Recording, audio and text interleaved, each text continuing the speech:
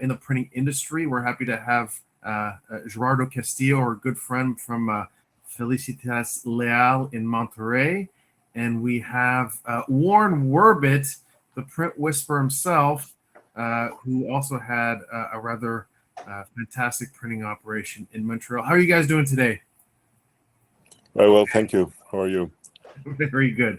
So I thought maybe we kick off today as more and more people hopefully will start joining the call in a little bit.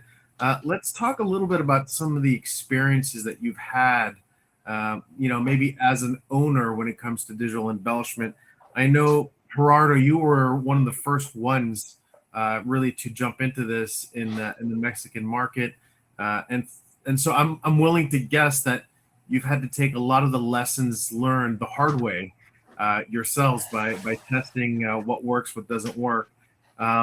Is there any stories that you'd like to share with the group about some of the things that you've been through as an owner, and any fun stories or anything that we can talk about? Yeah, well, I have two. One of them was last week. We had a meeting, a Zoom call meeting with a client, and one of the people in the call was actually the end user for the product. And he tells me, well, I don't know if I can be more explicit here, but I can do the job you do. So why I should pay you for the job? And I go, well, because you need the job done. If otherwise, please go and tell your boss that you are ready, you are willing to do the job, and you do it for free. Because you want me to do a free pricing strategy. I don't do those. He went, no. I actually need you to do the job. But this goes to the lengths that clients are going to negotiate, which are insane. Which I get that. I don't know if it's a generational thing. I don't know if it's they deserve everything for free. The Google strategy of business that they deserve a product and they should pay anything for it. It's really hurting, and we need to fight back on the service, on the end product. And the other anecdote that we have, that I have today, is one client that said to me, well, my strategy here is to get rid of you, so we don't need your product. And I go, well, this is in another level of negotiation. And actually I said, well, this we need to fight back on what needs to be printed. And embellishment is the first line of defense. People want this. People need this. Yeah. And ask your people if they don't want it. And he lost. We are still with the project. But they have this attitude now that I need to cut costs. And the cost cutting is, well, you are superficial to us. And that's not superficial. That's your image. That's your projection. That's your the thing that your clients remember for. They walk out with your paper on hand. So, Gerardo, they're trying to devalue you in the negotiation to make you feel devalued so that you lower your price. Yeah. Warren, I know that you attack this all the time. What are your thoughts on what so first of all, in terms of the pricing, I blame our industry for creating this mentality within our customers, right? Yes. Because and I'm not saying today, the people today that are doing embellishment, that are investing big money, they want to get paid for the value, they want to get paid for their work. But along the way, too many printers, just leave it like that, drop the price right away. So people become trained to say, hey, well, the guy down the road.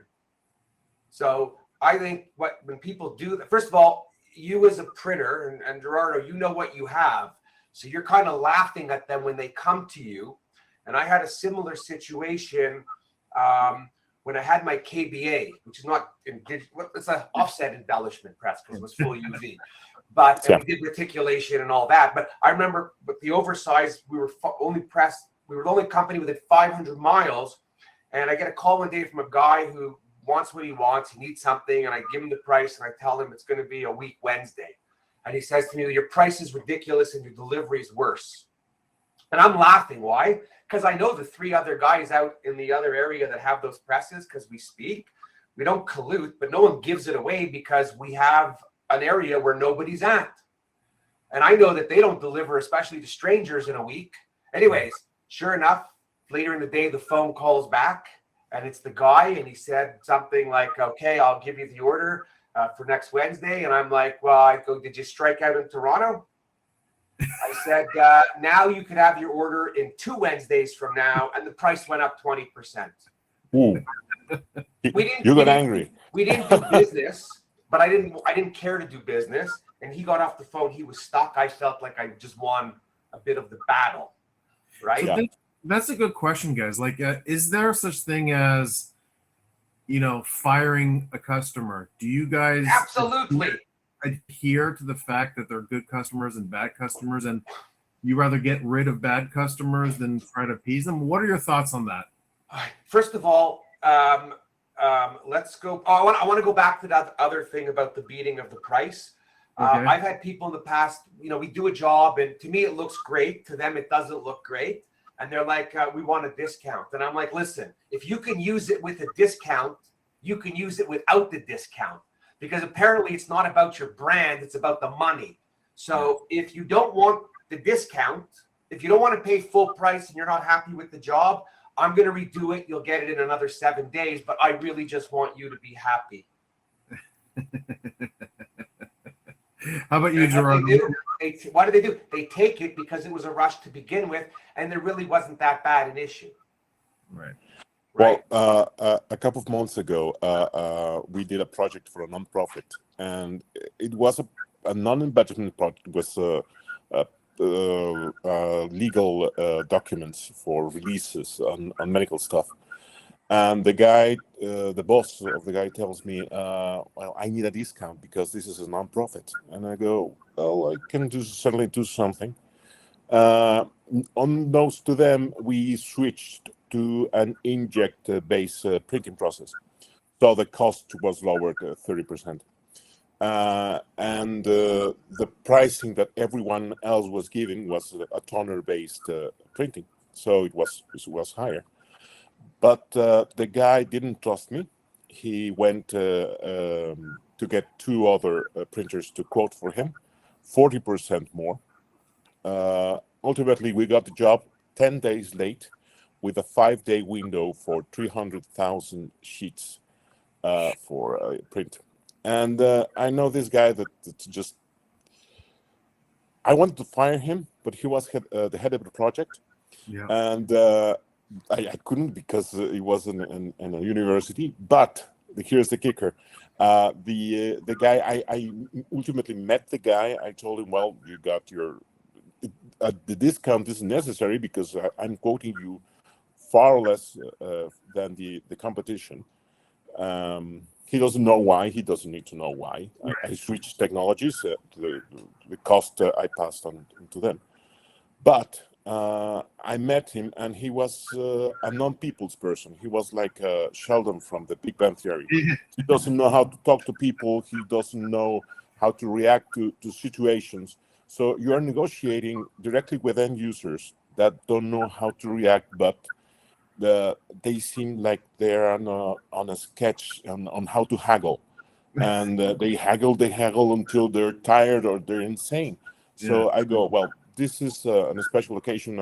I'm not going to do anything irrational or get back at him. But the clients are getting sometimes ridiculous, and getting rid of bad clients, it's not a bad thing. It's the most sometimes it's the most sane thing that you can do, because they will intoxicate you. They will get you into trouble. They will never be happy, and you will be unhappy at the end. Every single time you see them. So First of all, I agree. We and Gerardo, correct me if I'm wrong. We know in our bellies the minute we take an order that's going to be painful. Yeah. Every single time, and you would wonder why, after all these years of abuse, we don't say no. Right? Yeah. I just had this the other day. I'm living. So at client that needed some labels for inventory. And I don't really do a lot of that stuff, but I'm happy to help anybody. Friday morning, I get a request. They're going to need it for next Friday. This past Monday is a holiday in Canada. Now that's like 3.5 working days because you want to deliver it on Friday. You're only going to tell me on Tuesday. So I get them the price right away. It's not exactly what they wanted on rolls. I did it on sheets because no one's delivering on rolls in 3 days. Anyways, Tuesday, I get back to them quickly on Friday. Tuesday at 3 o'clock, I get the okay for Friday. And I'm like, well, let me get back to you. I said, any reason that you couldn't answer me this morning? Right? And then I said, where's the PO number? Because I can't do anything without a PO number. Remember last time I did to help you, somebody gave me shit for doing something without the PO number.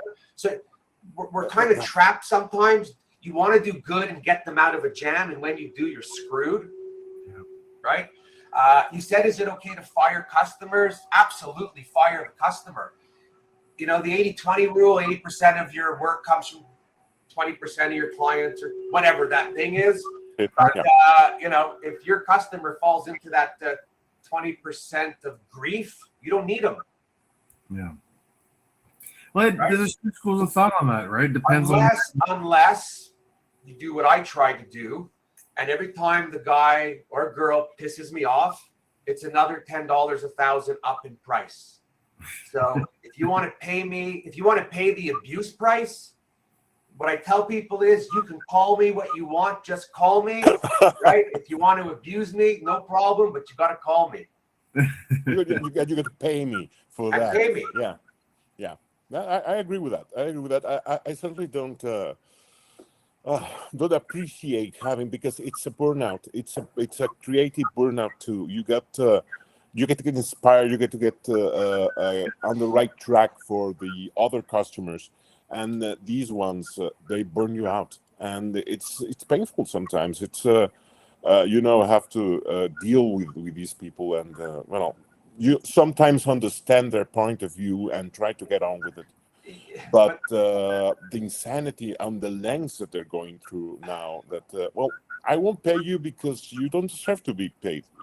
What? This is I'm not Google. I'm not a big corporation that they gives away things free. Well, you don't need to be. It's I need the things free because it's me, because I'm giving you the opportunity to work with me, and you go, no. So do you feel, number one, that I was unaware of how much abuse printers were taking from their customers? I knew there was some abuse, but you want to see the scars on my back? Yeah, it really it's a lot worse than I thought. And then number two, do you think that printers do a good enough job explaining to their customers how much capital expense goes into producing their work? Like, do they have an idea of how much you paid the machine or how much margin you're making? Like, do they have any idea? I think it's an ego thing, like a pride thing, not to tell them. Yeah. Obviously, when they hear sometimes a more mature customer, more accustomed customer, more friendly customer, I give them a tour, and they became horrified on the prices of the machinery. So how do you make the money back? And you work. But if I keep lowering the price, I won't be able to pay the expense. And lately, I've been thinking, well, if this continues, the cycle of upgrading or nonsense upgrading machines is going to come to an end soon. Yeah. I mean, between the interest rates and the machines becoming not more inexpensive, we are getting into a point that do you really need to replace this machine? Yeah. Just like 30, 40 years ago, that machines run for 40 years and you don't need to upgrade. Right. But now with the electronics and the software, and you need to keep pacing like in a rat race. Yep. It's becoming difficult. Not impossible, but difficult. And with clients like that, it's nearly impossible to deal with, with these situations. So getting rid of them, it's one option. There's no bad thing in doing that, because it does give you a bad vibe through everything you're doing, everything else. By the way, you end up doing better when you get rid of them, because your brain's not up your ass because they're making you crazy. Yes, that's exactly the point. The burnout. And you're not mad at your employees because you just got off the phone with them and you're screaming at them because you should have screamed at the customer. Yeah. So listen, so I want to, we talked about the pricing, right? And explaining the cost. So this is what I would say to some people, and I still say it today. And if it's a business owner, I'm like, are you kidding me? Really? What do you think? How much money do you think I'm making? I said, here, the job's $5,000. I said, I'm going to make $1,200 net. How much of the $1,200 would you like back? Right. You know what they say? They can't answer you on that. So they don't. And then I say, let me explain something to you. I'm running a 40-inch press. It's $450 an hour. I have 2 people working on it. They represent $85 an hour plus fringe benefit. I've got the space. I've got the electricity. I forget the cost of the actual machine. I said, you go to your fucking lawyer. Sorry for the language, but you go to your lawyer. You pay him $600 an hour. He's sitting at the same wooden desk for 20 years, looking out the window, hasn't done anything, and his hourly rates keep going up. And he makes a mistake on the letter that he writes. He fixes it, and he charges you. But you're going to give me grief about having 2 people work on a machine for something that you need to go sell your services and product? Please, buddy. I think that the exchange that it's happening, it's clients see us as a service, but I don't know if it's bad education or bad relationships, because they're think like they're ordering at a McDonald's or something. Like, we are end servers, and I mean, they should be more careful or sensitive about the people that they're having interactions with. They don't care anymore. They just don't care. You know what? Well, there no, like, you know, there are good customers out there, so we should always make sure that we don't bundle everybody into the same, because there's a lot of good customers. There's a lot of good customers, and there's a lot of good printers. But Jesus, there's a lot of shit printers with bad attitude that have bad service and bad practice. And that's the problem. Part of the problem, right? We talked about customers before and them trying to hammer price. This is the other thing I would say to some of them. If it was a bigger job, I go, let me understand this just so that I'm clear and that we're on the same page. You're doing a launch. You had $150,000 budget. You spent 40 grand with the designer. You spent 25 grand with the photographer. You spent 30 grand with placing your media. This job is $15,000. I'm at the end of the line, and you want me to change up the paper so you could save $1,500? I said, you want to go from a beautiful sappy flow opus to some cheap yellow paper? So everything you spent money on, the photography, the design, the color correction, just went out the window, buddy. $1,500? No problem. I'll do that for you.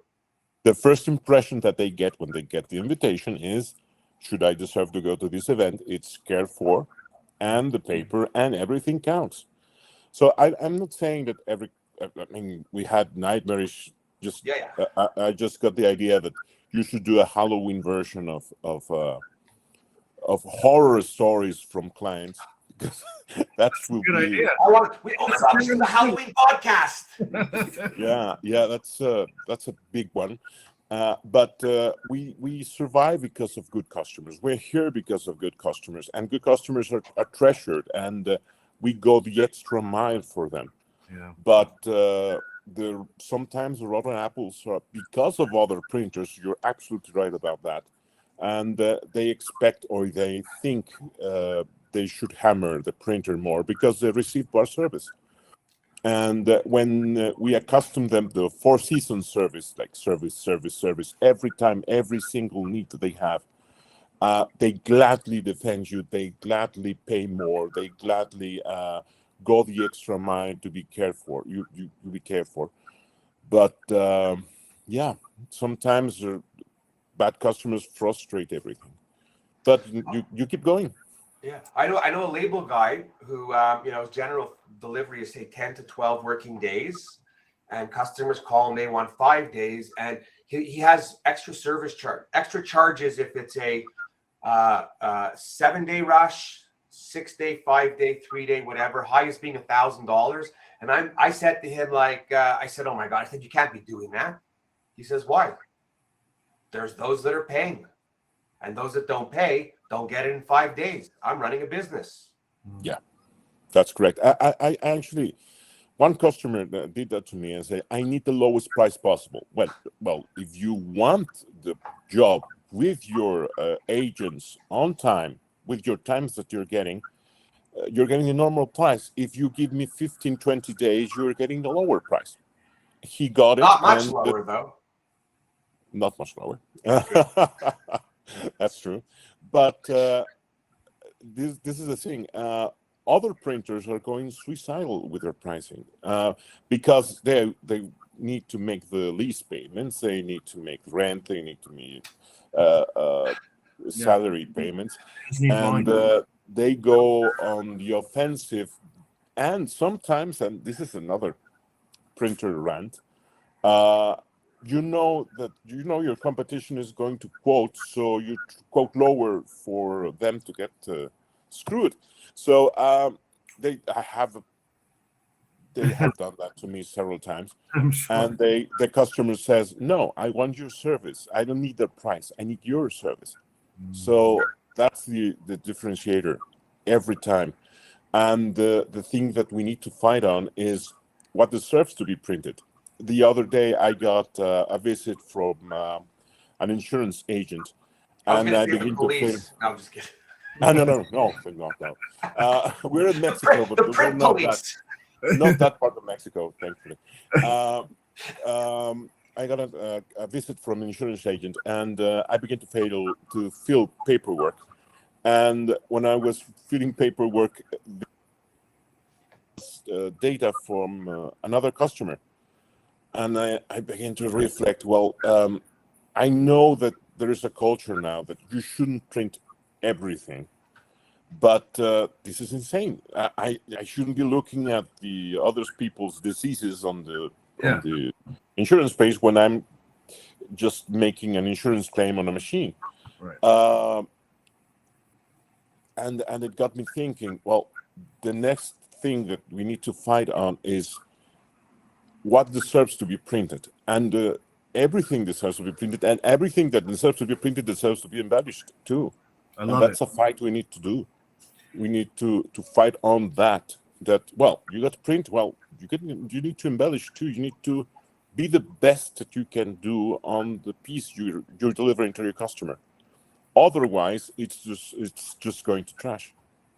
You know what the other thing you do is you have a good job, you have an important job, it's a hard job. Ask the customer to come in and walk the job with you if he thinks it's so simple, easy, and quick. And say, no, I just want to teach you. Come in, and then I've had people in, not like that for the whole job, but I've had them in and I said, let me walk you through the path of your job. Right? So your file comes in, we open up the docket, it goes into from the estimating, it goes to the pre-press. The pre-press comes out of proof, the proof goes to you, comes back here. From here goes to the plate department. The plate department goes to the press. The press waits, then it's printed, then it dries, then it goes to the cut, the finishing, then the cutting, then the folding, then whatever. And the guy's like, oh my God. I said, yeah, and that's all for $4,700. What are you bitching about? Yeah. He's like, oh my God, I have no idea what went into it and how many hands touch it or how many pieces. So if people were to make a video to show that, not to necessarily show how long, but showing how a job is done, just people watching it would see what's involved and then realize, oh my God, that's a process. They think we put paper in a machine and it comes out ready to go to the customer. Yeah. That's exactly the point. And they think they're looking at us like I look at the industry of videography and photography, and they look at them and say, well, it's the camera doing the work. You're not doing anything. That's not true. And I think they're beginning to look at us the same way. Same with Formula One, right? Driver or car. It's actually a mix of both. Yeah, it's exactly the point. Yes. Same for us. They don't exist without each other. So, but when they got bad service and they don't find anyone that can deliver a decent product for them, that's when the problems arise. And many customers that I have are very glad, very happy with us because I care for them as they were family. So if I don't charge them extra for rush jobs or anything, but they take care of me. So it's a two-way relationship. And if you don't get that two-way relationship with the new client or You're screwed. you're screwed. Yeah, that's exactly the point. You're And screwed from the beginning. But the printer has to remember one thing. Like Vegas, the house has to win if the house is going to survive. Yeah, that's a good point too. Right? Yeah, it needs to. Yeah. And last little stupid question I have for you guys. There are no stupid questions, Master. Always stupid questions. One of the big things I think people have difficulty in, let's bring the conversation back a little bit to embellishment, is justifying the extra cost for embellishment from a data standpoint. And obviously it looks pretty and it looks beautiful and it's tactile and it's engaging and it's not just regular CMYK print. A lot of people wish that they had data to say, listen, we did this to a similar company and we put embellishments and it augmented the return on investment by X%, or response rates jumped by X%, or shelf velocity in the store went up by this percent by putting embellishments. Is there a world where when they negotiate with you on price, you can negotiate back, said, I'll give you this price, but you have to be able to give me data that I could use in a case study with other clients to explain how embellishments helped accelerate X, Y, or Z in terms of the bottom line ROI. Do you think that's something that can be done, Gerardo? Like a counter negotiation, be like, I'll give you a better price. But I'm going to say with a very few percentage of printers that could probably, but with clients, the clients that actually could supply back that actual data. Yeah. Right? Like maybe the big guys that have those big systems where everything checks in, checks out from the minute it's made to the minute it's sold, like a Walmart. But the average person, retailer, I don't think they're that sophisticated. I think that it should be done. It can be done. The answer is it's just no. Why? Because I think that the most important thing for the end client is perception. This makes me look good. This doesn't make me look good. But they don't know the variables of their own business, much less ours. So they don't know. Sometimes I don't know what they're doing. I mean, we have to guide them to make them make the right decision. And usually they respect us more for that. Like, this is going to get a little messy, but you need to do this and that and to get the best result on your end user.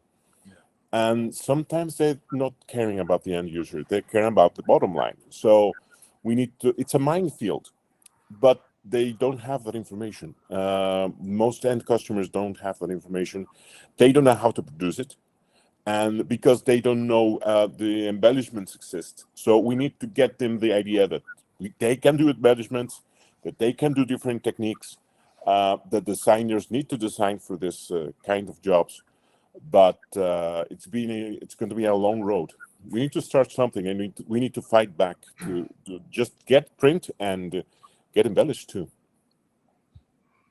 But it's amazing, excuse me, when you take a wedding and then people go spend $4,000 on 300 wedding invitations, right? Yeah. I'm just laughing because it's like that, but they won't spend the money to get a return. Yeah, I have an anecdote, but it's a bit of a shameful anecdote. Go for it. The sister of a school friend was getting married, and my sister tended to her, Hang on, before you tell us, this isn't going to ruin a relationship, is it? No. Okay, good.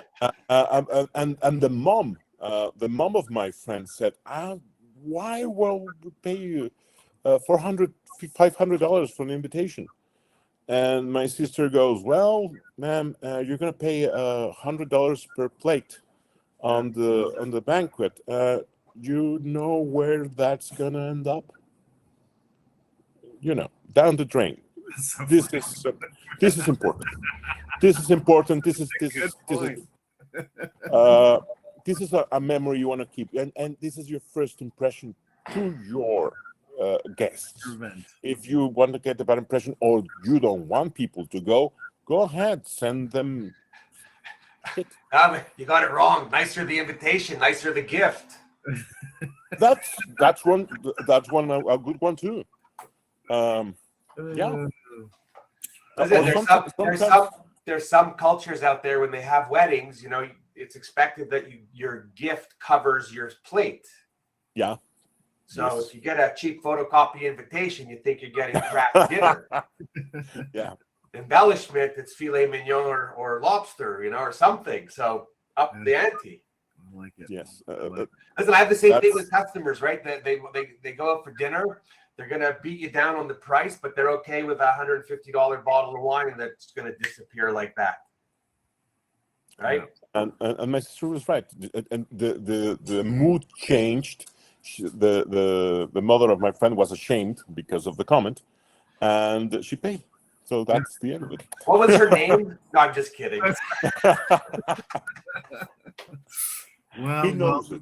He knows the story. So there's no problem about that. So Warren, listen, I may just me, but I think we need to do a printer in the suit with our friend Gerardo here. One of these. Yeah, listen, I'm happy to do any podcast with any printer who just wants to put it out. Especially with Gerardo, I feel has a lot of wisdom that every time I talk to him, I feel smarter. So, anyways, thank you, Gerardo, for your fantastic comments, and Warren, it's been thanks for making me laugh as always, my friend. And all of you, listen, we really want to thank you on behalf of the JETforce for coming.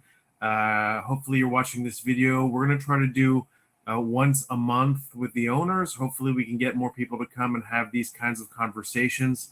And at the end of the day, this is your community. So you tell us what you want to talk about. No subject is off limits. No subject is taboo. But hopefully we can share information and grow the market together. So that everybody experiences growth and success, especially in the world of embellishment. So thank you both. And at the very least, sign up and come to one or two of these meetings. Yeah. I know it's always hard to get somewhere. We're a little bit lazy. We're a little tired. You're sick of the screen. But I promise you that you will be engaged. You will even be entertained for a little bit that'll take your mind off your shit. So join us, please. Totally agree. Totally agree. Thanks, everybody, for coming. Really appreciate it.